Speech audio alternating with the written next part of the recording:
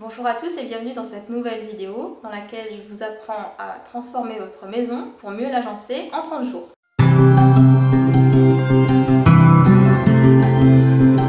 Aujourd'hui, on va parler d'un sujet important, on va rentrer un petit peu dans le vif du sujet puisque je vais vous conseiller pour agencer votre maison et votre mobilier. On ne va pas se mentir, l'agencement c'est un métier. Toutefois, à votre échelle, vous pouvez déjà améliorer votre maison en travaillant sur 4 points. Ces 4 points sont, dans un premier temps, les espaces de circulation. Un espace de circulation, c'est un espace vide dans lequel il n'y a donc pas de meubles. C'est un espace par lequel on va passer. Ces espaces de circulation sont importants puisqu'il faut que dans votre maison, vous puissiez tout simplement circuler entre les meubles sans que votre marche soit entravée ou sans que vous deviez vous contorsionner pour accéder à un meuble ou à un objet. Donc il est important de bien travailler sur ces espaces de circulation, de faire en sorte que vous n'ayez pas trop de mobilier, d'épurer un peu votre intérieur, comme ça vous pourrez circuler plus facilement, ce qui vous évitera une fatigue inutile au quotidien. Une fois que vous avez travaillé ces espaces de circulation, donc ça peut être en épurant vos meubles ou en les réagençant, en réfléchissant à comment mieux organiser votre mobilier existant, vous allez pouvoir passer à la seconde étape. La seconde étape, ça va être de travailler sur les meubles en eux-mêmes, c'est-à-dire les dimensions des meubles et finalement la place qu'ils vont occuper dans l'espace. Quand vous achetez un meuble, vous le voyez dans le magasin, n'oubliez pas quand vous achetez un meuble de penser à une chose qui peut paraître toute bête, toute simple et que pourtant des fois on a tendance à oublier, c'est que ce meuble que vous achetez, il va finir chez vous. Le but c'est que vous puissiez l'installer dans votre maison. Pensez donc à bien prendre des mesures et à bien visualiser l'endroit où vous voulez le positionner. Ça vous évitera les mauvaises surprises. Un meuble qui va paraître petit dans un grand magasin paraîtra peut-être beaucoup plus massif dans votre pièce chez vous. Donc pensez à considérer ce point-là.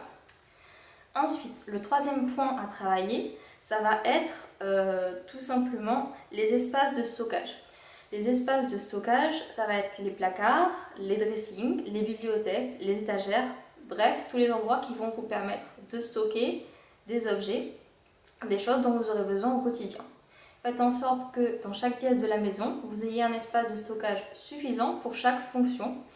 Comme ça, votre maison sera mieux organisée et plus simple à vivre. Enfin, le quatrième point, ça va être la lumière. Donc quand je parle de la lumière, je parle premièrement de la lumière naturelle, la lumière du soleil, qui va donc rentrer par toutes les ouvertures de votre maison, les fenêtres, les Velux, les baies vitrées. Moi, je préconise toujours d'éviter d'obstruer les ouvertures, ça peut paraître évident et parfois je vois des intérieurs où par exemple les gens ont mis un canapé devant une fenêtre, etc. Ce qui est un petit peu dommage, je trouve.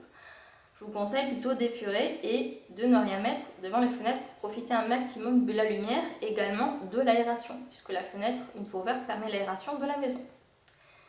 Une fois que vous avez pris en compte toutes ces ouvertures, qu'elles sont bien dégagées, il va falloir aussi considérer l'éclairage. Une fois que la nuit tombe, on passe sur un éclairage artificiel, un éclairage électrique. Pour soigner cet éclairage, il va falloir choisir plusieurs types d'éclairage selon ce que vous souhaitez. Donc des grands éclairages en plafonnier pour éclairer toute une pièce ou des éclairages plus d'appoint comme des lampes à poser ou des appliques selon les pièces et selon les endroits. Vous allez aussi pouvoir choisir donc à la fois l'intensité de la lumière et sa chaleur. Pensez à mettre des lumières plus intenses et dirigeables aux endroits un petit peu plus techniques comme la cuisine. En revanche, pour les espaces de détente comme le salon, la chambre, vous allez privilégier une lumière plus douce, plus diffuse, car la lumière va contribuer à rendre l'ambiance plus cosy, plus cocon. Donc en travaillant sur ces 4 points, vous allez pouvoir vraiment organiser votre espace et en faire un espace plus agréable à vivre. J'espère que cette vidéo vous sera utile. N'hésitez pas à mettre un commentaire en bas si vous souhaitez échanger sur le sujet de l'organisation de l'espace et je vous dis à demain pour une nouvelle vidéo.